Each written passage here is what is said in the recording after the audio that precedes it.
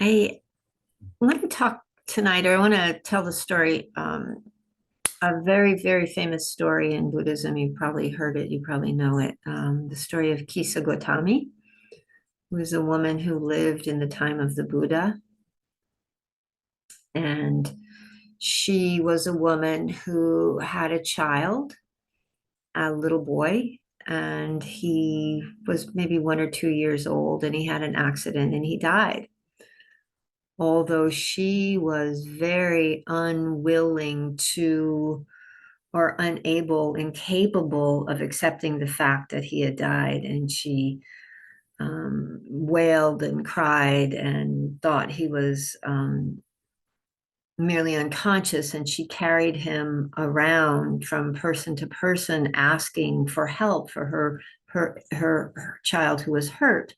And people, her family, her neighbors, everyone tried to tell her there's no, he's dead. And she just couldn't accept it. She just couldn't accept it. And so she remembered that she'd heard about the Buddha and the wonderful things he could do. So she went to his village. She found him and she said, "Can you help me? Can you give me medicine for my child?" And he said, "Of course I can help you." He said, "What I want you to do is go to the village and bring me a mustard seed from the house of a family who has, or from a home that has experienced no death." And mustard seeds were so common. And she went house to house and she knocked on the door and said, "Can you give me a mustard seed? And if there been any death in your home, in your family?" And they would always say, "We have a mustard seed, but of course we've had death. Our grandfather died 2 weeks ago," or whatever, because death is part of life. And so after knocking on a number of these doors and being told, "Of course we've experienced death," she had this awakening, this insight that, oh, everyone experiences death, everything passes. And that she came to the realization that her child had passed away. And she went back to the Buddha and thanked him for that. And he said, "The medicine that you've received was for you, not for your son." And he said to her also, "A person who has not understood the nature of reality may live for 100 years, but far more valuable is just a single day of life for a person who has understood the nature of reality." So having this awareness of the way things are, the nature of existence, is much more important than anything else, because we can walk through life with these blinders on and not truly experience anything. And for real liberation, we have to be present for the ups and downs, the gains and losses, everything. What it is, it also said in this one version of the story that said, "It is better to live wholeheartedly for a single moment than to drift aimlessly for many, many years." And it can feel challenging, like a challenging teaching, but I don't think so. And I was in a Zoom talk on Wednesday night with Larry Ward, who is a teacher I love deeply. He's a student of and colleague. He's a student of Thich Nhat Hanh and also a colleague of Thich Nhat Hanh. And he quoted Thich Nhat Hanh, who said, "When you know how to suffer, you suffer less." It's when we don't know how to suffer that we're fighting that suffering. We're trying to do everything we can to mitigate reality. And you can't mitigate reality, because reality is reality. There is death, there's birth, there's loss, there's all the things. And we have to be present for the human condition. It's fighting the human condition that's painful. There's so much suffering there. And that's what we're doing. We're learning how to be present for the human condition. And you've heard me say this a million times, I call it resting in awareness. It's just, we just rest in this awareness, this is what's happening. Kisa Gotami was caught in this terrible suffering and grief for the loss of her child, and she couldn't bear the reality of it. But when she learned how, that she wasn't alone in it. I think sometimes we feel like we're the only one that has ever experienced loss or this pain or whatever it is. We feel so isolated. But then she recognized that no, she's not alone, that everyone experiences this.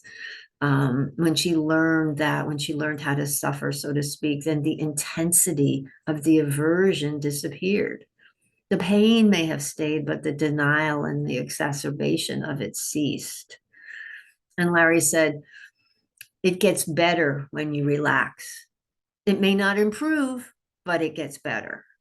And if you recognize that, if your body's really, you may be experiencing pain and you're tensing up against it, it intensifies it. But if you can relax, it's better.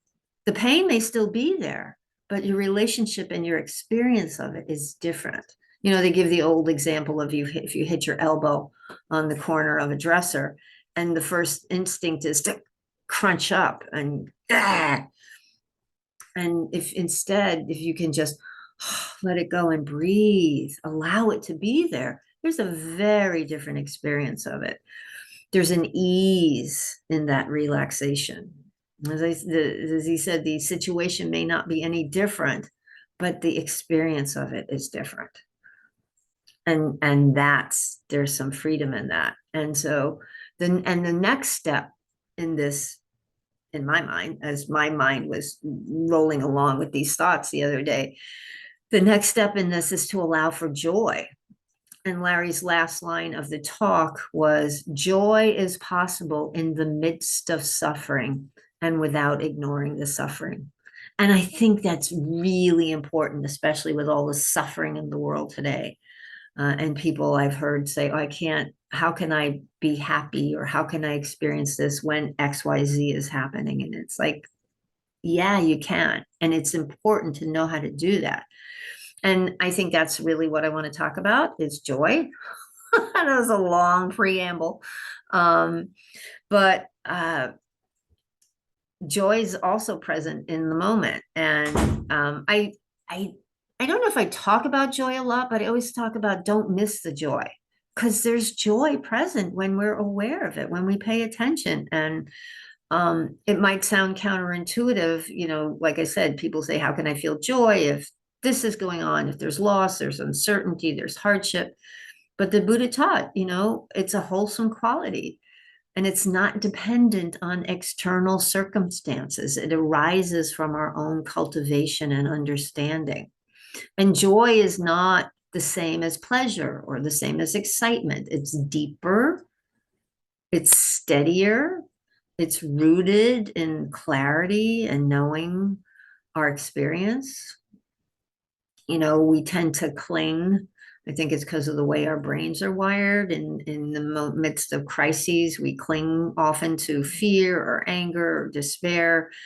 And that's what gets in the way and clouds our awareness, and makes joy seem distant. But instead, when we bring mindfulness into this, we can be fully present, you know, without adding unnecessary craving or aversion, simply acknowledging this is difficult right now. You know, the Daily Tejanias, he's been doing that a lot this week. Oh, the mind is this, acknowledge that. The mind is this, acknowledge this. This is painful. And when you have that capacity to create space, again, there's a different relationship with it. And in that space, there can be some joy, some ease. I was driving this afternoon, and there are two songs in a row came on the radio that I really love. And I was so happy. And I was like, wow. And I also put new wiper blades on my car this morning. And I tried them out. And the difference was night and day between, before old blades, new blades. And that brought me joy. And I'm like, wow, this is cool. I'm just going to hang out here. It didn't change anything in the world. You know, it was just this experience of like, okay, I'm going to be with this. And then we learn how to, we greet suffering, we greet joy, we just greet it all with awareness, and allows us to relax. So last year around this time, it was last December or January, maybe this year, early this year, I decided that I set an intention that I wanted to read more. I have a lot of books. that I haven't read. They're in a pile. And I said, okay, I'm going to take an hour or a half an hour each day. I heard a woman a couple of years ago who's a writer, and she said, this is what I do. I do get the schedule up for myself. And I went, I can do that.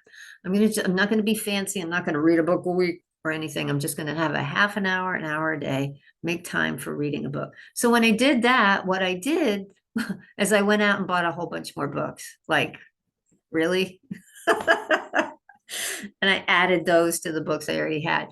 So a couple of the books I bought, one of them is called Joy is My Justice by Tanmeet Sethi. And she has a few things in here that I want to bring out, lift up around joy. And she said, the joy we speak of is not only about feeling better, but feeling more, which is really important. And there's more connection, not only to others, but to ourselves. There's an aliveness when there's joy, more belonging to something greater than whatever gave rise to your pain in the first place. And she said, joy is not about getting somewhere. It's not about getting things to change. It's not about having things be different or getting rid of the hard things. It's not a solution. It's a touchstone that you can come back to over and over again, an infinite inner resource. She says, you don't have to be joyful all the time. I sure as hell am not. You just need to know how to access joy repeatedly. When you stray from it, it's not failure. And I think that's a really key point, knowing how to access joy.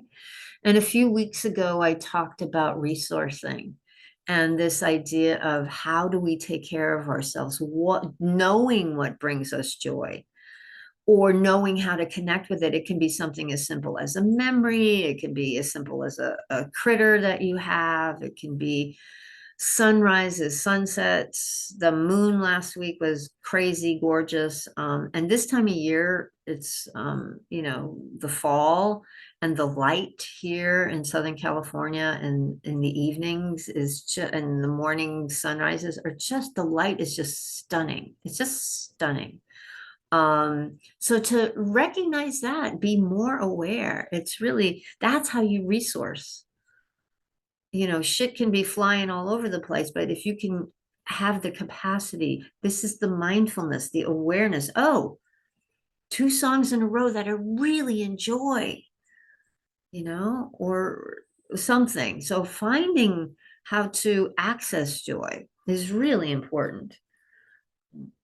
And she also says that joy does not negate the potent truth of anger or fear or grief. It doesn't diminish it.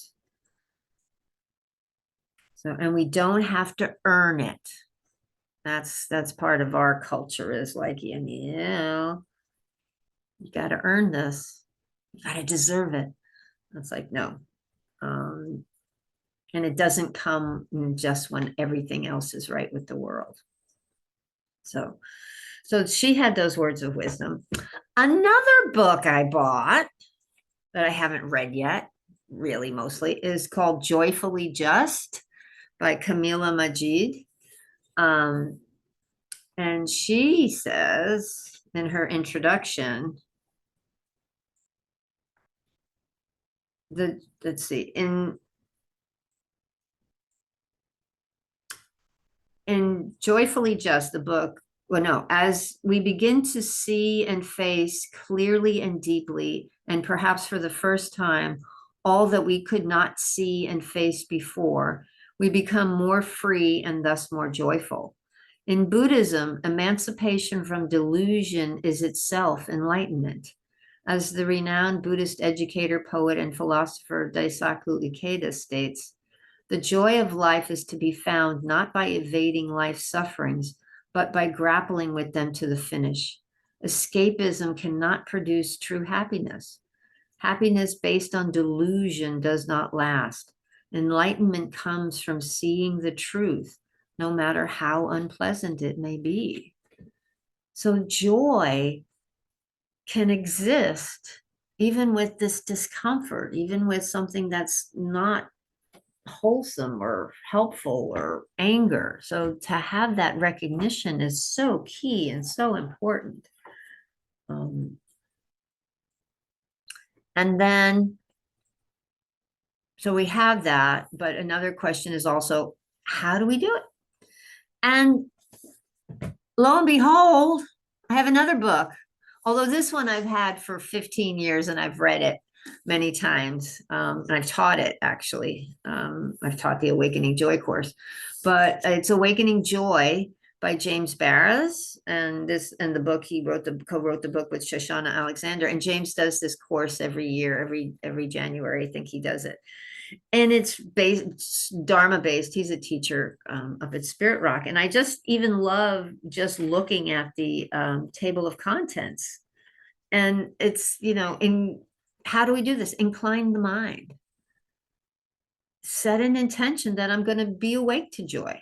It's really important to see it. It's like when you have something in mind, then it's easier to see. It's like when you get a new car or something, and all of a sudden you see them everywhere where they weren't there yesterday, but now they are. It's like, oh, if you incline your mind, I intend to see joy, then you're able to find it more. Gratitude. I think, that's why I often do, or usually do, the gratitude at the end of meditation, because it's important to take those few moments to recognize, oh, there are things, because we can get so laser focused on what's not right, the bad stuff, the horror, and forget the joy, the gratitude. Oh, let me be grateful for this particular thing. It's really important. It's another heart practice. Awareness, key. If we're not paying attention, if we're not aware, hello, it's all going to go by. And then he talks about, one of his chapters is called, and I love this, the bliss of blamelessness. And that's kind of, adhering to the precepts, adhering to the wise action in the Eightfold Path, not causing harm, being wise and careful with our speech, not taking what's not offered. Because when we start breaking those precepts, even if we haven't taken the precepts, when we start acting in ways that are unskillful, that cause harm, there can be some, even if we stuff it down with whatever we choose to stuff it down with, it's there, and it's uncomfortable, and it's difficult, and to be joyful when we're carrying that crap around. So to have this, this life of intentionally living ethically, even if we're all going to make mistakes, we're going to cause harm, but we have accountability, but our foundation is really intentionally moving in this direction that's wise and skillful and non-harming. So there's this bliss of blamelessness. And then the cultivation of metta, the cultivation of karuna, kindness and compassion, is so important for ourselves and for others. All of these things create the container for joy, create the conditions to allow joy to flourish. Joy is one of the 7 factors of awakening as well. There's mindfulness and effort and curiosity. What is this? And the effort to stay. And then when we have this steadiness of mind, there's an arising of joy just in being, and then tranquility, and then the collectedness of mind, and then equanimity. So joy is one of the factors of awakening. So it's kind of important. And then the last chapter, or the last piece that I want to bring up in James's book, is the joy of simply being. And he quotes a student from one of the courses that says, when I stop to appreciate a flower, the weight drops from my shoulders. I settle and get quiet, and I feel spacious and expanded inside. Wonder and appreciation. And then he writes, wonder and appreciation are in themselves relaxed and receptive states of receiving rather than of reaching out. We stop striving and just be. the joy of simply being. So those are ways we can, as I said, create the conditions for joy. And then I have no more books to show you, but I was a couple of weeks ago, somebody mentioned a book that it's on my list for me to get and put in my pile.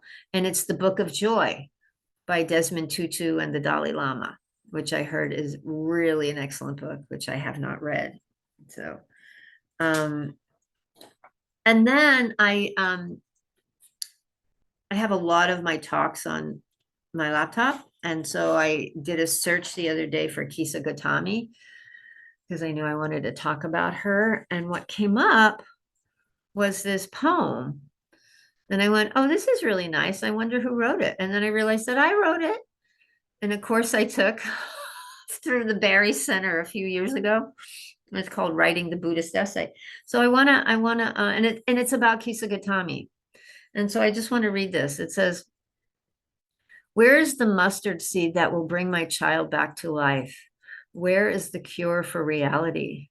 What do I have to do not to suffer? How can I avoid sickness, old age, and death? Are there words I can say? Are there rituals I can perform? Are there songs I can sing? Share the magic with me. Help me to find something, please. But you have nothing to give. No enchanted phrase, no talisman or amulet to ward off life and death, sorrow and pain. I hear it said that for there to be joy, there must be sadness. If there's pleasure, there is pain. If I win, then I must also lose. I do not want what is. I do not want it to be this way, but there's no choice, and I'll never win this fight with reality. There is sickness, there is old age, there is death. There's no way around. There's only through. I will go through. I will open to this moment. I will be deeply intimate with my experience without preference. This openness, this intimacy, this presentness is where freedom is. I hear it said that for there to be joy, there must be sadness. If there is pleasure, there is pain. It is all one. Let it be so, and let me be here for it all. Let there be joy. So, those are my thoughts on joy, which I think is really powerful and important and something good to cultivate and recognize because it's there. I always say, don't miss the joy. It's there. Like my weird little cats running through right now. They're joyful. They must be hungry.